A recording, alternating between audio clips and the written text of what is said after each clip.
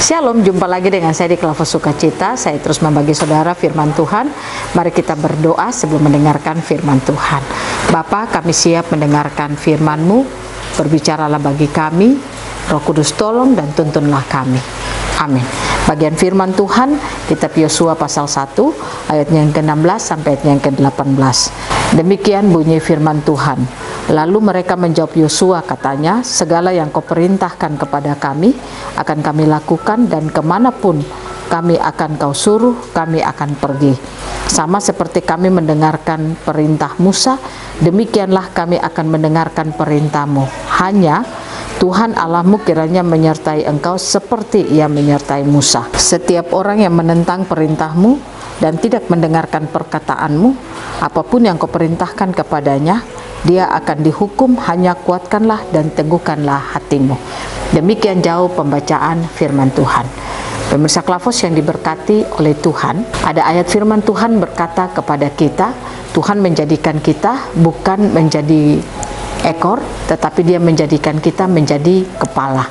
Itu berarti tidak berbicara soal saudara harus menjadi kepala dinas, atau saudara harus menjadi kepala sekolah, atau saudara harus menjadi kepala apa saja, tetapi yang dimaksudkan di sini adalah Tuhan mempercayakan orang-orang yang harus kita pimpin di dalam kehidupan kita. Oleh karena itu, saudara dan saya dirancang dan ditentukan Tuhan bukan menjadi ekor, tetapi menjadi kepala.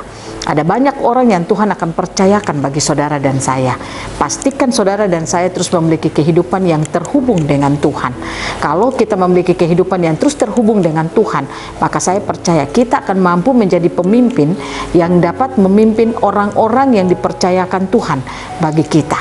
Belajar lewat firman Tuhan, Yosua berkata kepada bangsa Israel, di mana dia memimpin mereka untuk masuk ke tanah perjanjian yang telah Tuhan janjikan kepada bangsa Israel melalui Musa dan sekarang melalui kehidupannya. Lalu firman Tuhan berkata, lalu jawab orang-orang saat itu, mereka menjawab Yosua, katanya, segala yang kau perintahkan kepada kami akan kami lakukan, dan kemanapun kami akan kau suruh, kami akan pergi. Sama seperti kami mendengarkan perintah Musa, demikianlah kami akan mendengarkan perintah-Mu. Hanya Tuhan Allahmu kiranya menyertai engkau seperti Ia menyertai Musa. Artinya mereka ingin melihat kalau penyertaan Tuhan itu tidak saja di Musa, tetapi penyertaan Tuhan itu ada di dalam kehidupannya Yosua. Nah, itu berarti bahwa ketika Yosua memiliki kehidupan yang bergantung kepada Tuhan dan kehidupan yang sungguh melekat kepada Tuhan, maka dia akan berhasil dalam memimpin bangsa itu. Karena bangsa Israel itu hanya melihat kehidupannya, sehingga mereka katakan mereka akan siap kemana dia suruh, kemana dia perintahkan, mereka akan mengikutinya. Dan dia katakan asalkan Tuhan yang memimpin Musa itu, Tuhan juga itu yang harus memimpin kehidupan Yosua. Nah, ini menjadi pelajaran bagi saudara dan saya, gambaran bagi kita sebagai orang percaya. Seperti tadi saya katakan, Tuhan tidak merancang kita untuk menjadi ekor, tetapi Dia merancang kita untuk menjadi kepala.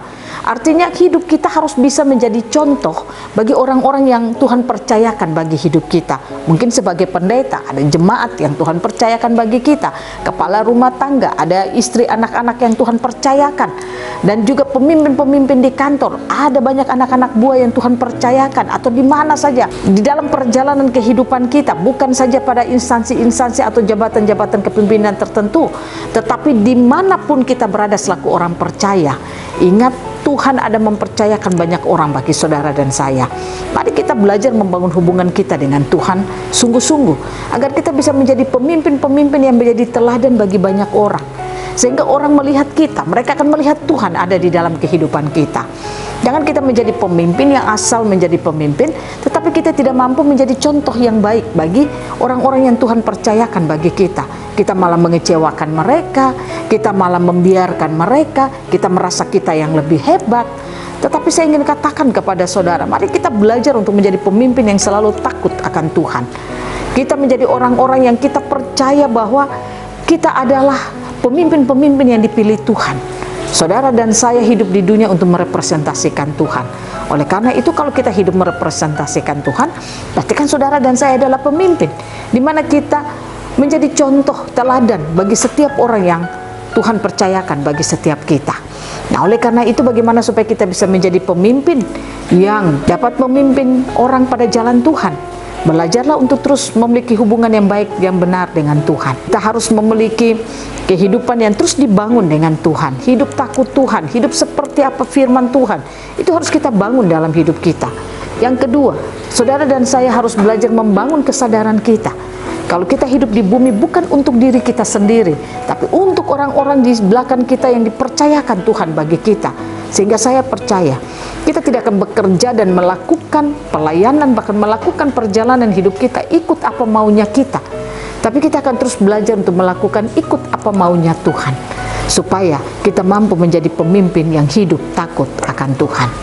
Dan oleh karena itu jadilah pemimpin dan teladan yang menyenangkan Tuhan. Apapun tugas tanggung jawab yang Tuhan percayakan bagi saudara, mungkin engkau sebagai pemimpin di tempat perusahaan saudara, di tempat pekerjaanmu, atau engkau menjadi pemimpin gereja, ataukah engkau menjadi kepala rumah tangga, ibu rumah tangga, dan lain sebagainya. Mari kita belajar untuk menjadi pemimpin yang takut akan Tuhan, sehingga kita dapat menyelamatkan banyak orang yang Tuhan percayakan bagi kita. Seperti kerinduan bangsa Israel ingin melihat penyertaan Tuhan dalam hidupnya Yosua. Biar Tuhan Yesus menolong memberkati kita untuk terus dapat hidup merepresentasikan Tuhan, menjadi pemimpin yang menyenangkan hati Tuhan, yang takut akan Tuhan. Tuhan memberkati kita semua. Amin. Mari kita berdoa. Terima kasih Tuhan. Kami rindu kami menjadi pemimpin yang terus terhubung dengan Tuhan, pemimpin yang takut Tuhan, pemimpin yang hidup melakukan agenda Tuhan. Roh Kudus tolong dan mampukan kami senantiasa. Amin.